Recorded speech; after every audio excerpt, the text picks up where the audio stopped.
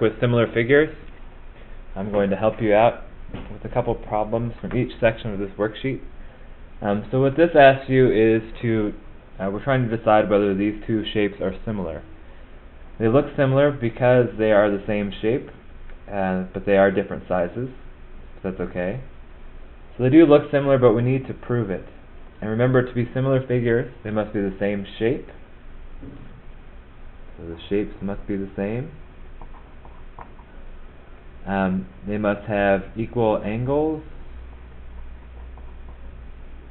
and they need to have side-to-side ratios that are equal. Equal side-to-side ratios. So three things. One, same shape. Two, they should have equal angles. And number three, they should have side-to-side ratios. So we're going to try to decide whether these are similar figures, and we're going to prove it. So the first thing I like to do when I see two figures that I think might be similar are to identify the corresponding sides. So I'm going to first look at this side length here, which is 4, and this here, which is 8. I'm going to outline those in blue. Those are corresponding sides. My next pair of corresponding sides, the ones here on the side, we have one that is 6, one that is 12. So two pairs of corresponding sides. So let's figure out if these are similar.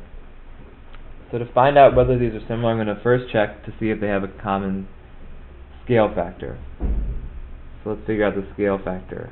To find the scale factor, we look at the corresponding sides, which are these sides here in blue, and we say 8 divided by 4, and that is 2. Always divide, when you're finding the scale factor, the bigger number by the smaller number. So my scale factor equals 2. When I look at these red corresponding sides, if I think about 12 divided by 6, my scale factor is 2 there as well. So these shapes do have a common scale factor. So that's one reason why they could be similar. Let's check the side-to-side ratios now.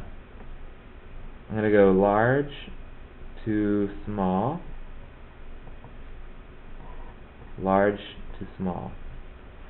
So I'm looking at large shape and a small shape. So let's look at this one on the left first. My large side length is 8, which corresponds to the small side length of 4 on the other shape. Now I have large length over here of 12, and the corresponding smaller side length is 6. So now we need to check to see whether these are equal ratios, whether the side-to-side ratios are equal. And the way we can do that is to cross-multiply. We remember that from last chapter. So 12 times 4 is 48, and 6 times 8 is 48. So since those are equal, since those are indeed equal, we can say that these triangles are similar. Sorry, these rectangles are similar. That's a yes. So we proved the similarity of these rectangles, with two facts here. They have a common scale factor, and they have equal side-to-side ratios. Let's try one more from this section. And notice above here that it does say in the directions you need 2 reasons to prove that the figures are similar. So I have my 2 reasons there under the explanation. Alright, so let's check for similarity. Again, I'm going to start by finding corresponding sides. So I see that this side length down here and this, those are corresponding, the 8 and the 4. And also the 3 and the 5 are corresponding. Now I'm going to check to see what my scale factor is. Just like the last one. So I'm going to look at the corresponding sides. 8 divided by 4. 8 divided by 4 equals 2. What about 3 divided by 5 divided by 3? Does that equal 2? No, it does not. So these do not have a common scale factor. So I can say 5 divided by 3 does not equal 8 divided by 4. So these are not similar.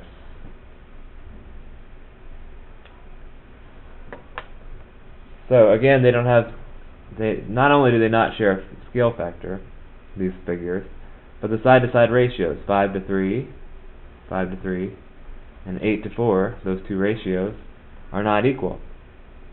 We can prove that by cross-multiplying. 5 times 4 is 20. 8 times 3 is 24. 20 does not equal 24, so these are not similar.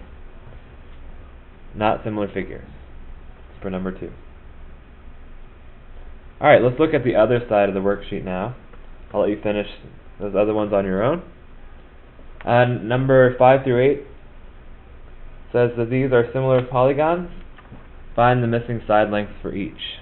So for these, we know how to do this. We're just finding the missing side lengths. The one thing different here is that there will be some decimals, but that's okay. Decimals are numbers too. We don't want to leave them out. For each one, we're looking for a side length x and a side length y. So let's try the first one here. So the first thing I'm going to do is look for corresponding sides, just like I did on the other side. I have the 6 and the 4 as corresponding sides. Remember, two ways to find missing side lengths. One way is to find a scale factor. The other way is to set up ratios. I'll show you how to do each one of those. If I find the scale factor, the way I do that is I take my corresponding sides, 6 and 4, and I divide them. So when I do 6 divided by 4, I get 1.5 for a scale factor. So then I take that scale factor and I look at the x and the y. Here, the corresponding side with this x, corresponding side is 7. So, since I'm going from a big shape to a little shape, trying to find the missing side length of this little shape, I'm going to divide. So to find that side length, x, I will do 7 divided by my scale factor, which is 1.5. That will get me x. So let's try it. 7 divided by 1.5. So I have a decimal, so I'm going to round here. X equals 4.67. To find y, again I'm going from a big to a little. 12 is my corresponding side with the y. Since I'm going big to little, I'm going to do 12 divided by my scale factor, which is 1.5. 12 divided by 1.5, so I get 8. I get 8 for y. Real quick, to solve these using a proportion, what you would do is, so like if I wanted to solve for x, I would have one side that is 6 to 4. I have the information, the side lengths for those sides. 6 to 4 is one ratio. And if I want to find x, I would do 7 to x. And I know that my 7 should go on top, because over here, the 6 went on top, and the 6 was from the big shape. 7 is also from the big shape. 4 was from the small shape, and the x is also on the small shape, so those go on the bottom. And I would cross multiply and divide to get my answer. Alright, one more. Let's look at number 6. So again, first thing you want to do is find the corresponding sides. I have a 12 and an 18. I'm going to use that information to find my scale factor. 18 divided by 12. Always want to divide biggest number first, the big number to the small number when we're looking for scale factor. So our scale factor here is also 1.5. Okay, so I'm going to use my scale factor to find x and y. Do x first.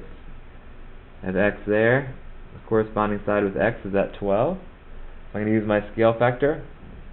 I'm going from a small shape to a big shape here. Small to big. So when you go small to big, you multiply, because the numbers get bigger when you multiply. So 12 times the scale factor, which is 1.5. So I get 18 for x. 18 for x. Now I'm looking at the y and the 36. Y, 36, those are corresponding sides, so I'll use my scale factor again. since I'm going from little to big, I'll multiply by my scale factor. I'm sorry, I should do the other way around, shouldn't I? Uh-oh, Mr. Bernay made a mistake. Okay.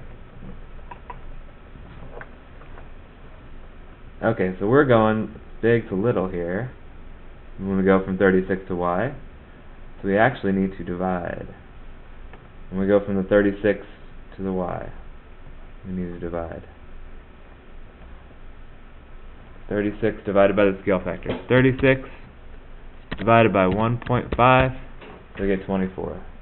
18 was right. The 18 was right because we were going from little to big here. So we had to multiply 12 times the scale factor.